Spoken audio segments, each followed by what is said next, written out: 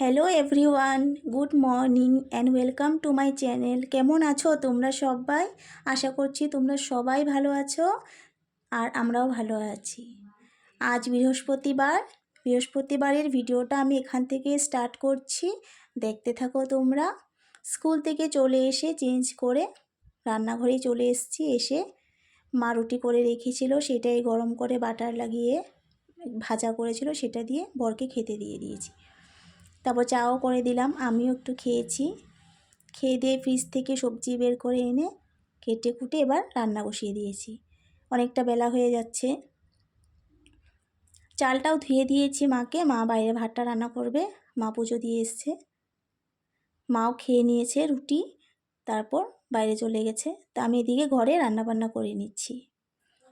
রান্না করব হচ্ছে আলু টমেটো দিয়ে মাছের ঝোল করব, একটু মাখা মাখা করে, আর করব মুড়ি ঘন্ট।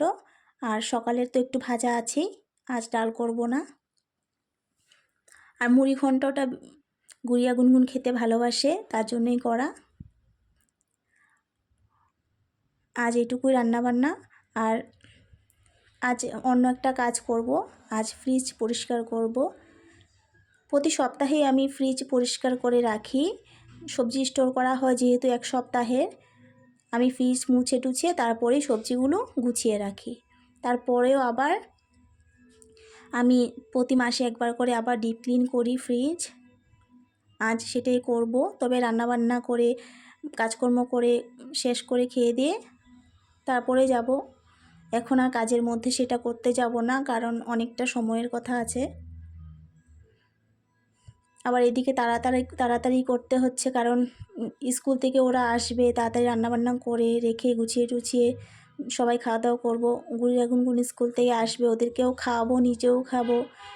খাওয়ার পরেও তো অনেক কাজকর্ম থাকে, সেগুলো কমপ্লিট করে তারপর যাব ফ্রিজ পরিষ্কার করতে। দেখতে থাকো ভিডিওটা, আশা করছি তোমাদের ভালো লাগবে। আর যারা যারা আমার চ্যানেলটাকে সাবস্ক্রাইব করে দিয়েছো তাদেরকে অসংখ্য অসংখ্য ধন্যবাদ। আর প্লিজ লাইক কমেন্ট অবশ্যই করো, আর চ্যানেলটাকেও শেয়ার করে দিও। আর যারা এখনও পর্যন্ত সাবস্ক্রাইব করোনি তাদেরকে বলছি, তোমরা চ্যানেলটাকে সাবস্ক্রাইব করে দিয়ে আমাকে একটু সাপোর্ট করো। এদিকে আমার মাছের ঝোলটাও হয়েছে। আর আমি সব সময় তরকারিতে গরম জলটাই দিয়ে থাকি, এই জন্য পাশে একটু গরম জলও বসানো থাকে।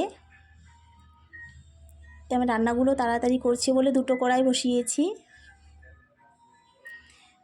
এদিকে আমার মুড়ি ঘন্টটাও হয়ে গেছে, আজ তাড়াহুড়ো করেই করছি সব। এই যে আমার রান্না রেডি, দেখিয়েও দিলাম। তারপর অনেকক্ষণ পরে আবার এসছি, খাওয়া দাওয়া করে বিকেলবেলায় এসছি, কারণ সময়টা তো তাড়াতাড়ি চলে যায়, শীতকাল। আবার এগুলো না করলে নয়, কারণ কালকের থেকে আবার শুক্রবার নিরামিষ রাখা হবে। কখনো তরকারি থাকলে আবার রাখা হয় ফ্রিজে, সেটা না মুছে আবার রাখতেও ভাল লাগে না। এই জন্য আজ ভালো করে ফ্রিজটা পরিষ্কার করব। কিভাবে ফ্রিজটা পরিষ্কার করব চলো তোমাদের সাথে শেয়ার করি। এতদিন তো করেছিলাম, সেটা তো আর ইউটিউবে আসেনি কোনো দিন। আজ প্রথমবারই ইউটিউবে শেয়ার করব যে আমি ফ্রিজটা মাসে একবার কিভাবে পরিষ্কার করি। তো আমার বরকে চাবিটা দিয়ে দিলাম, ও দোকানে যাচ্ছে। আমি এগুলো সব খুলে নিব পাট পাট করে। বেসিনে জল নেই রান্নাঘরে, তাই ঠাকুরের কলেই নিয়ে এসেছি। আর এগুলো আমাদের অনেকটা এখানের মধ্যে কাচের জিনিসও আছে, সেগুলোকে আমি একটু জল ঝরতে দিয়ে দিয়েছিলাম।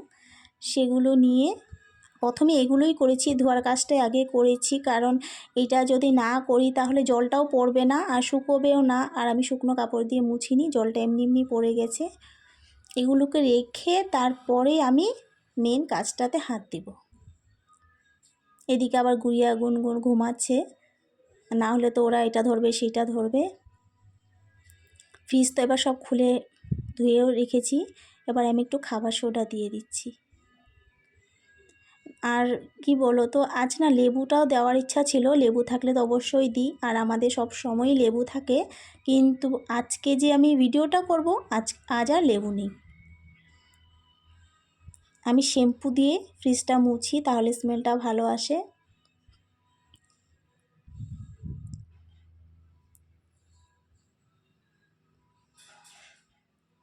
একটু শ্যাম্পুও নিয়ে নিয়েছি, বেশি নিইনি, একটু করেই নিয়েছি। আর একটা শুকনো কাপড় নিয়ে নিয়েছি। দেখো আমি ফ্রিজটা ভালো করে মুছে দিচ্ছি। দেখো ফ্রিজটার ভিতরটাও কিন্তু তেমন একটাও নোংরা নেই। আর আমরা তো মাছ টাছ সেরকম রাখিও না, কারণ সবসময় যেটা আনা হয় সেটা খাওয়া হয়ে যায়। পরের দিনের জন্য যদি থাকে একটু করে সেটাই রাখা হয়। আর মাংস তো এসব রাখাই হয় না, খুব কম। আর ঠাকুরের জিনিসও আমরা এই ফ্রিজে তুলি না, কারণ এটা আমিষ ফ্রিজ। কখনো কখনো তো রাখি মাছ টাছ, এই জন্য আমরা ঠাকুরের জিনিসও রাখি না। ফ্রিজটা আমি ভালো করে পরিষ্কার করে নিব। আর ফ্রিজের কী হয় বলতো, রাবারগুলো বেশি আঠা আঠা হয়ে যায়, সেগুলো একটু ভালো করে পরিষ্কার করতে হয়, না হলে আমার ফ্রিজটা বেশ পরিষ্কারই। আর ভিতরে যে সবজিগুলো ছিল সব একটা আমি প্লাস্টিকের গামলায় তুলে নিয়েছি। আর আমাদের তো প্রচুর সবজি আনা হয়, তোমরা দেখেইছো। তারপরেও আবার আমার বর বাজার থেকে আসার সময়ও নিয়ে আসে ওর পছন্দ মতো, এজন্য আমাদের সবজিটাই বেশি থাকে ফ্রিজে। আর ফল টল আনলে সেটা আমাদের ঠাকুর ঘরে নিয়ে রাখা হয়। শ্যাম্পুর জলটা আমি ফেলে দিলাম। এবার কাপড়টা শুকনো করে ধুয়ে শুকনো করে ঝেড়ে ঝুড়ে নিয়ে এসেছি। এটা দিয়ে আমি শুকনো করে এবার মুছে দিব। কি বলছিলাম, ফল সেটা আমাদের ঠাকুর ঘরে নিয়ে যাওয়া হয়, তারপর ঠাকুরের সেবা হয়ে যায়, তারপর আমরা সবাই প্রসাদ রূপে নিই সেটা। আর ফ্রিজে ফল রাখা হয় না।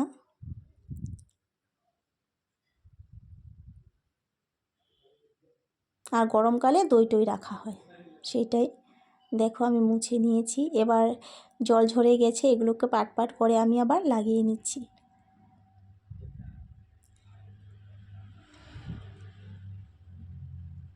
আশা করছি ভিডিওটা তোমাদের ভালো লেগেছে। যদি ভালো লাগে অবশ্যই কমেন্ট করে জানিও, আর একটা করে লাইক দিয়ে দিও।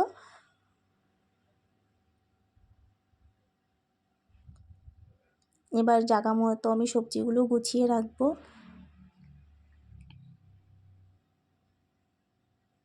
আমার ভিডিওটা দেখার জন্য তোমাদেরকে অসংখ্য ধন্যবাদ। কথাটা খুবই ছোট, কিন্তু আর বলেই দিলাম। এবার সব এগুলো আমি লাগিয়ে নিয়েছি। এখন দেখো কেমন হয়েছে জানিও কিন্তু কমেন্টে, এখন দেখতে কেমন লাগছে।